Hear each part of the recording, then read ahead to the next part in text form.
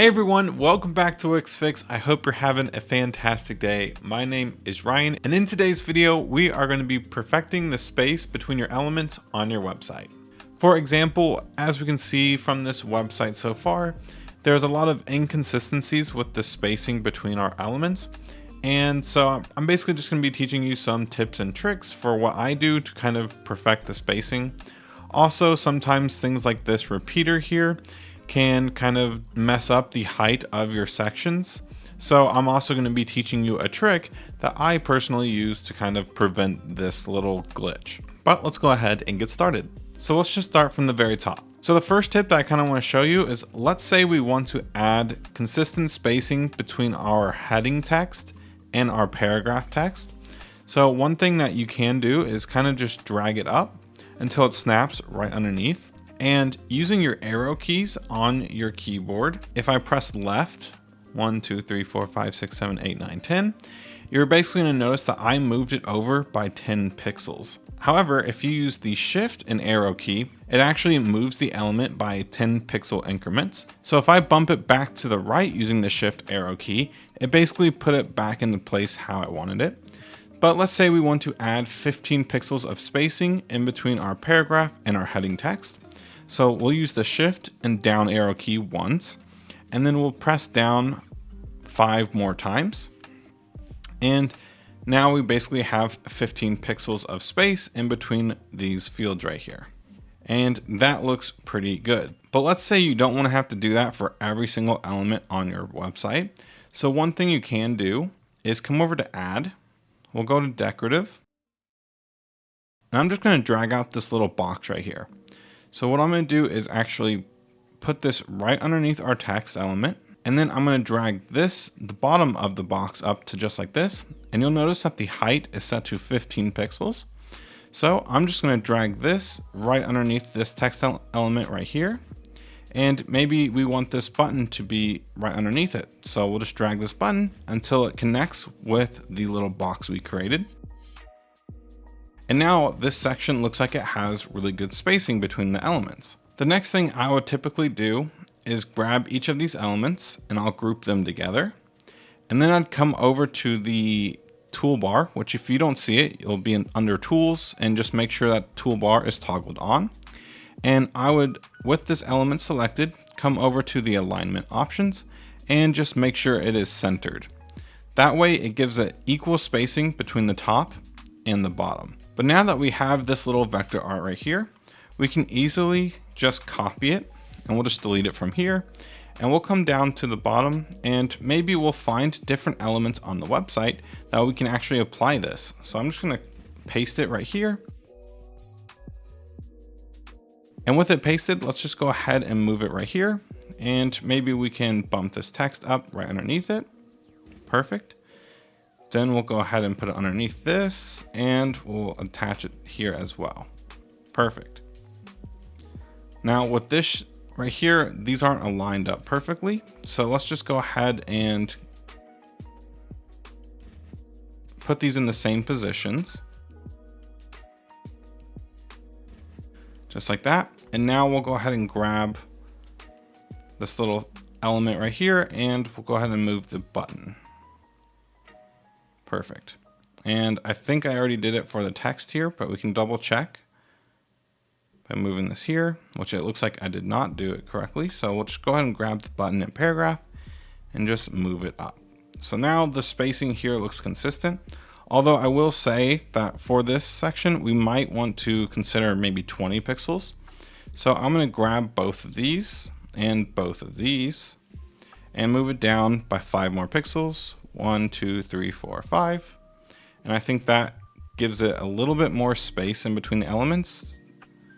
So I think that looks a little bit nicer for this. And since this part kind of looks similar to our little grid down here, one thing I want to do is grab this repeater.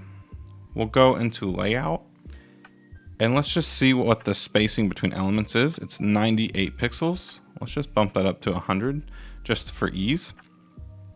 So what I want to do here is grab these elements.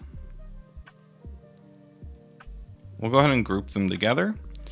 Let's go ahead and put it right up against this element right here. And using our shift and right arrow key, we're going to bump it over 10 times, which will equal 100 pixels. So shift, right, 1, 2, 3, 4, 5, 6, 7, 8, 9, 10. And now the spacing is basically the same here. So now I want to grab both of these groups, and I'm just going to drag it to the center, and you'll see a little grid snap right there, that line in the middle, showing you that you moved it to the middle. And you could also move this to the middle as well, and then just center the text just like that. I think that looks a little bit nicer. We'll also go ahead and do that down here for this text as well.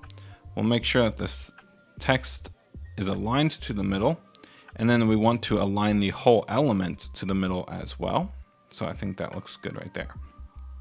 And that's kind of more in line with the rest of the website. Everything except for the hero section is kind of centered. So I think that looks really nice. But now let's go ahead and kind of discuss maybe different sections. So, you know, up here we maybe have like 100 pixels of spacing on the top and the bottom, but right here we might only have like 40 pixels. So what we can do is either add the little box again and kind of do this same little trick that we've been doing, or we can just drag this element all the way to the top. Then we can add a section here. We'll make it a blank section. And then we can just make the height of this blank section maybe 150 pixels. That way we have something that looks like that. And we can also go ahead and do that for the bottom as well. So we can just go ahead and remove the height. And we can just add a section. We'll make it a blank section. And we'll make the height of the section 150 pixels. So now what we're kind of doing is basically making the section itself just the content, and then we're adding blank sections to kind of be spacers for us. So since we already have a spacer here, we no longer need the space above this text. So let's go ahead and move this up to the top, just like that. And let's go ahead and grab this space right here between the title and the actual content. So we'll go ahead and drag this little box out. Make sure it attaches to the bottom of the text. And we'll drag it down to it matches the box. So it's 94 height.